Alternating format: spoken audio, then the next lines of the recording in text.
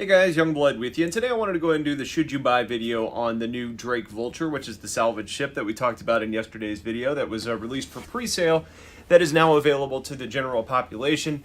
Again, this ship is a small salvage ship. It's going for $140 with 6-month insurance if you're going to use store credit. If you're going to use cash or just new money, you get LTI and it comes with a discount, so it comes $120. Now, as far as this ship, it's 33 meters long, 16 meters wide, 9 meters tall. I predicted it was going to be about the size of a Freelancer. Turns out it's kind of between the size of like a Freelancer and a Cutlass. It's actually just a little bit smaller than what the current Redeemer model is, to give you kind of an idea. That being said, it is slated to be relatively lightweight at 114.5 thousand kilograms. It doesn't have a lot of interior space. Now, it's got some living room there, but with those arms sticking out, it makes the ship seem a lot longer than it actually is, and it's not really usable space. It's just kind of empty for the cargo to come in, or I guess the salvage to come in. So the weight ends up staying a little bit low. Though, keep in mind, if you're filling up your cargo space with a lot of scrap, it is going to get heavy back there, and it probably will change your flight model. Speaking of the back, it's got a big ramp that's the full width of the cargo area, so getting your cargo in and out should be relatively easy. Speed-wise, a little bit faster than I expected. Top speed at 165 SCM. That's not fast, but it's not as slow as some of the other ships in the game. It does have, I guess, medium-sized thrusters as far as your main engines are concerned. So that's going to help a little bit there. I'm a little bit, I don't know. I'm kind of iffy on the speed. I go back and forth. Like, part of me says, yeah, that's a little bit faster than I expected. Part of me also looks at it and says, well, it's not real fast for a ship that's this lightweight. And so, I mean, we'll see. All of this stuff is subject to change, obviously. It's got medium armor on board. It comes with 2 size 1 weapons. It has 16 flares and 16 chaff, so you do have a little bit of ability to defend yourself through the countermeasures, and the armor, the 2 size 1 weapons, isn't going to do you a lot of good. As far as components go, the radar, the computer, and the power plant are all one small. The coolers and shields are 2 small. You have 2 small fuel intakes, 1 small regular and 1 small quantum fuel tanks. You have 1 small jump drive. So the vast majority of all of these components are going to be small because it is a small ship and it's not really meant to be a performance machine. The main thrusters are medium. There's a retro thruster up front that's going to be small, and you have 24 fixed maneuvering thrusters around this ship, which is a lot, which is great because you're going to need to be able to kind of pivot and move this ship in ways, so I think it's going to be relatively easy to control in a debris field. On the front of the arms is what's known as the Tomium. It's an industrial grade scrapper rig, which is basically going to be like your lasers to kind of start cutting things apart and breaking off like layers of the hull. Actually, it's probably scraper rig. On the inside of the arms is a series of tractor beams called the Lariat, and in the brochure there was a note that was saying that this system is supposed to be more powerful than much larger units, so that's kind of exciting to see. Maybe it's in fact they kind of work across from each other, I don't know. The arms also have built-in what's known as the Ripper rig, which is an all-in-one contained salvage system. There's also a compact processor that preps the raw salvage and separates it and ends up putting it into cubes like we heard about in the around the verse.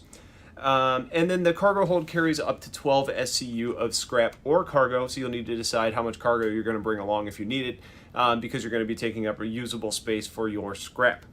As the pilot, you're going to basically control everything. You're going to control navigation, flight, defense, weapons, salvage, basically everything. The full operation is from the cockpit pilot seat. Like we talked about yesterday as well, you do get really good visibility. The idea is that you see the full operation unfolding before you. The arms out front end up lowering when you go into production mode as opposed to, I guess, flight mode. And then, you basically have the arms that come out and you get the control and all that kind of stuff. And it's just going to make it a smooth process, or at least that's the goal. So, should you buy the Vulture? Well, at $140, it's not cheap, but the scaling on prices in this game is obviously a little bit different than most. But you are at the same price point as the Prospector for an entry-level profession ship. So there's a certain amount of consistency there, and it almost just feels expected. I think my main recommendation is probably going to be the same as it was for the Prospector. If you don't want to spend the money for the big profession ship, so instead of the Orion, in this case, it's going to be the Reclaimer, to get the ability to do salvage, and you want to do more than just like cutting off a weapon off of a derelict or removing components to put those in like a Cutlass, then I think the Vulture makes a lot of sense and it gets a good recommendation. Design-wise, I think it's cool. It looks practical, and you have most of what you could want on the interior, though we don't know about things like the kitchenette or the shower, though I'd probably guess we at least get some rudimentary shower-toilet combination. Other things I like about this one over the Reclaimer is the operating cost should be lower. There's no crew fees to pay. It can get into smaller and tighter areas, and it's easy just to pick up and go play without the need of getting others to come along with you. That's a real value to me because it's simple to play the game and go do salvage with a ship like this, where like when I've got the Reclaimer, it's going to take me more to get out and do that, and it's going to be more of a chore as opposed to this just getting you right into the action. Additionally, for Planetary Salvage, this thing is going to be much easier to get to the surface and back off than something like the Reclaimer. So while the Reclaimer isn't as restricted as something like the Orion, because it can technically get to the planet's surface, it's almost in that category because it really sucks to land and take that thing off.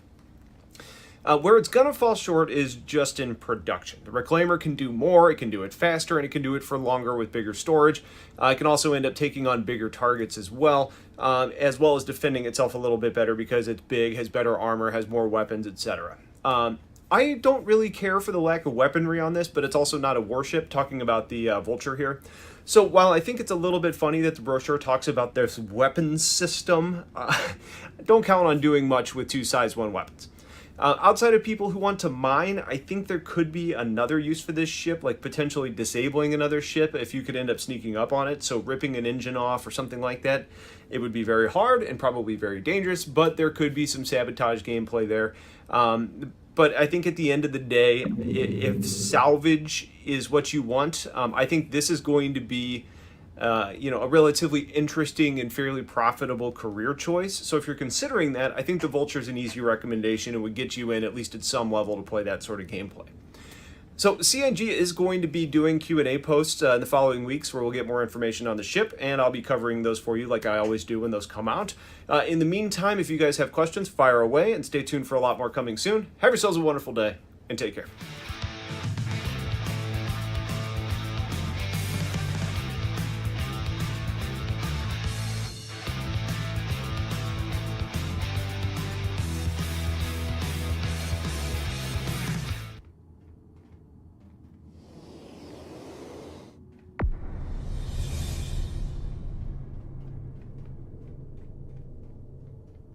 Hey guys, Youngblood with you for your Should You Buy video on the new Crusaders Industries Hercules line, which includes the cargo-focused C2, the slightly more militarized M2, and the gunship crazy-ass bombing A2.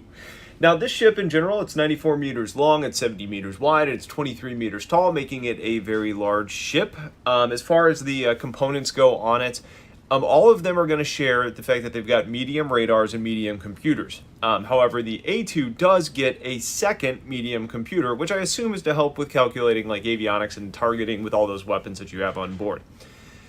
In addition to that, all of them have the same fuel and jump drive type of components on board, as well as thrusters, so you're not going to see a lot of differences there.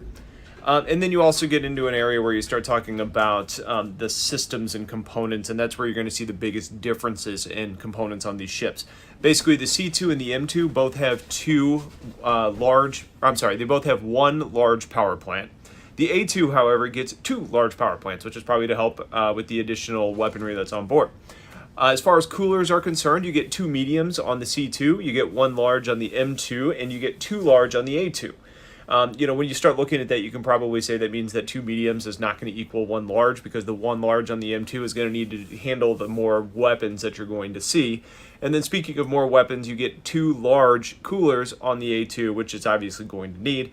And then all 3 of them have 2 large shields. So that really means that the durability differences that you're going to feel in the M2 and A2 are tied to armor, not to the shields.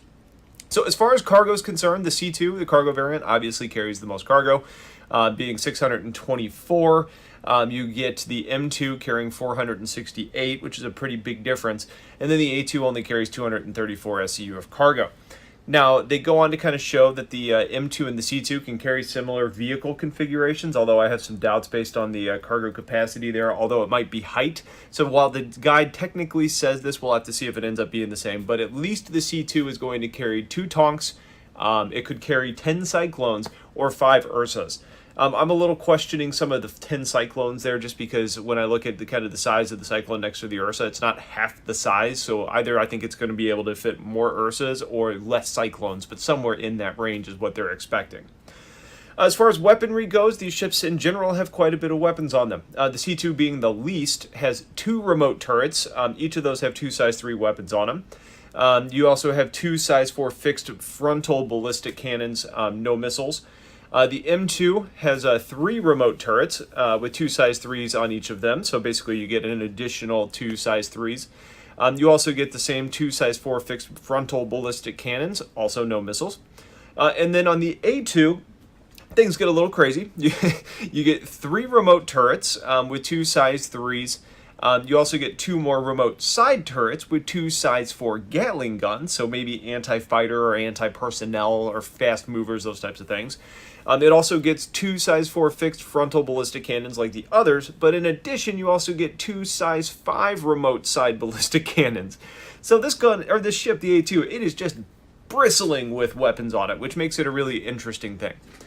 So when we start talking about some of the unique characteristics, the bomb system on the A2 is going to end up replacing the rear ramp and kind of cargo area, which is going to let you use 4 Morningstar massive bombs, or 60 more combat, I guess, daisy chain style bombs back there. So I guess which one you're going to choose is what you're going after. You know, if you need to really remove an outpost, that Morningstar is probably better. If you want to kind of carpet bomb, you know, a convoy of Cyclones, then you might want to take a look at the daisy chains. The C2 is lighter and faster than the others because it's sacrificing some of the armor, though it is able to carry more cargo, so fully laden it may end up being slower. We'll have to see. Either way, it's based on the stats page and their max speed. It says it's 5 meters per second faster than the other two, being 135 compared to 130. Take that as a note. This thing is not going to be fast. It's just a little bit faster. All of them have Crusader's award-winning VTOL thrusters, which makes a lot of sense considering this thing is supposed to be able to get up and down and deploy vehicles and cargo and stuff easily. But it sounds like it should be like able to land a lot easier than something like a Reclaimer, for example.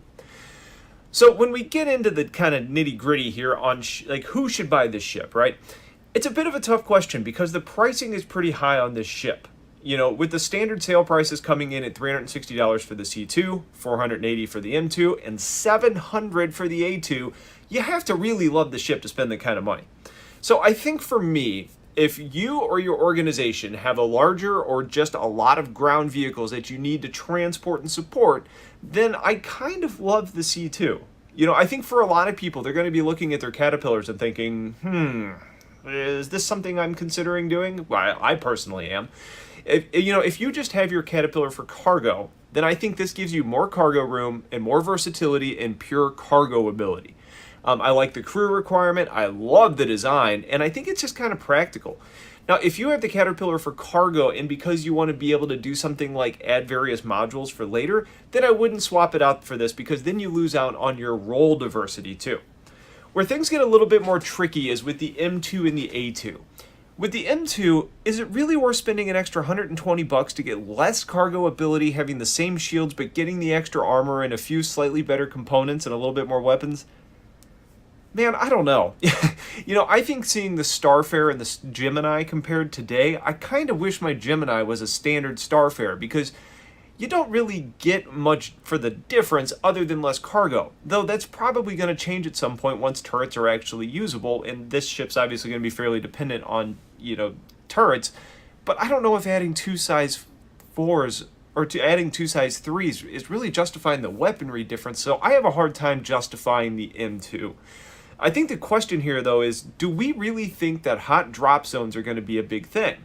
Because if they are, then having the extra weapons is a big perk, and the extra durability is obviously important.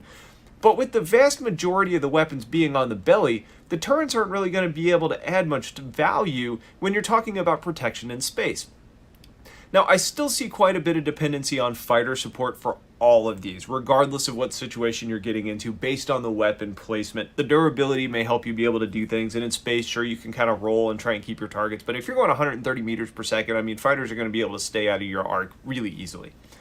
Now, the A2 is incredibly niche in my mind.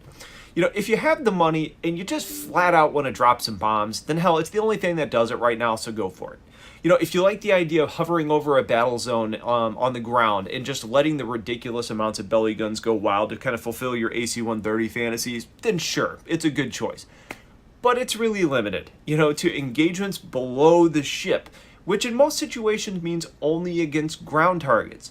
You know, I wouldn't get this thing thinking it's a good option for space combat unless you think some crazy idea of like flying alongside an Idris or something with your belly exposed, shooting all of your turrets at it, but that's probably a dumb idea. So for me, I think those limitations on gameplay that we're not even sure how relevant are going to be, it's just not worth it, making the A2 a hard pass for me. So that's pretty much it. I think for me, I love the design of the ship. I think the C2 is a smart buy if you already have some cargo ships that are in that price range. It may be worth an upgrade around there. You know, I see some people that may want to drop a Starfarer to get this or drop a Caterpillar to get this.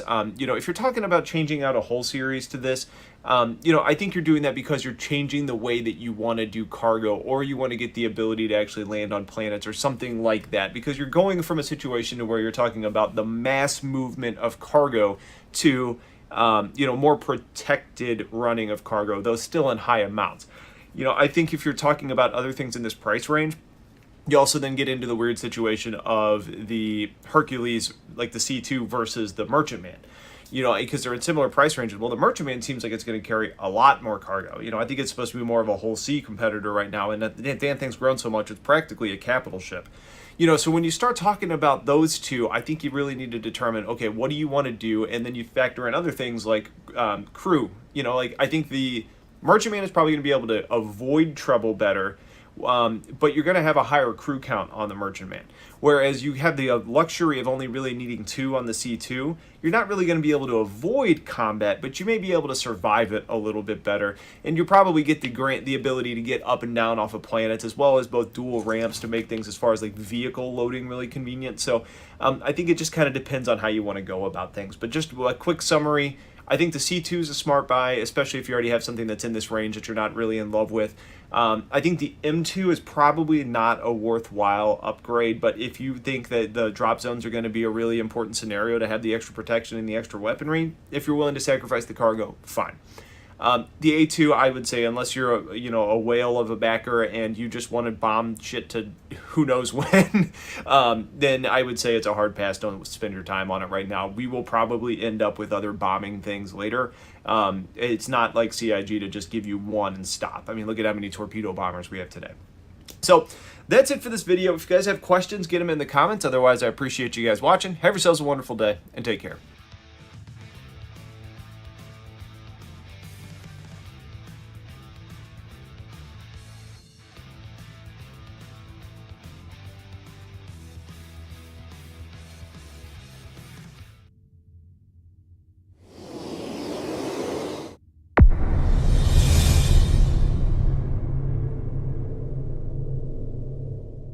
Hey guys, Youngblood with you, and today I wanted to continue my Picking the Right Ship by Category series, and this time we're going to be focusing on what I would consider to be Tier 2 cargo ships, basically prices under $200 and over the $60 we capped the last video at. Now if you haven't seen that one yet and you're looking for a cheaper cargo option, then I would pretty much consider starting with that video and then coming to this one if you need more. The areas that we focused on when talking about cargo were having ample cargo space, good range, and to some extent an ability to protect yourself. Also, we're going to be discussing cargo and some standard cargo unit measurements, but as ships change and go through the development process, some of these changes are more likely going to change, but they are at least the numbers that we have today, so even if they're not totally accurate, it's at least going to give us an idea of the cargo carrying capacity.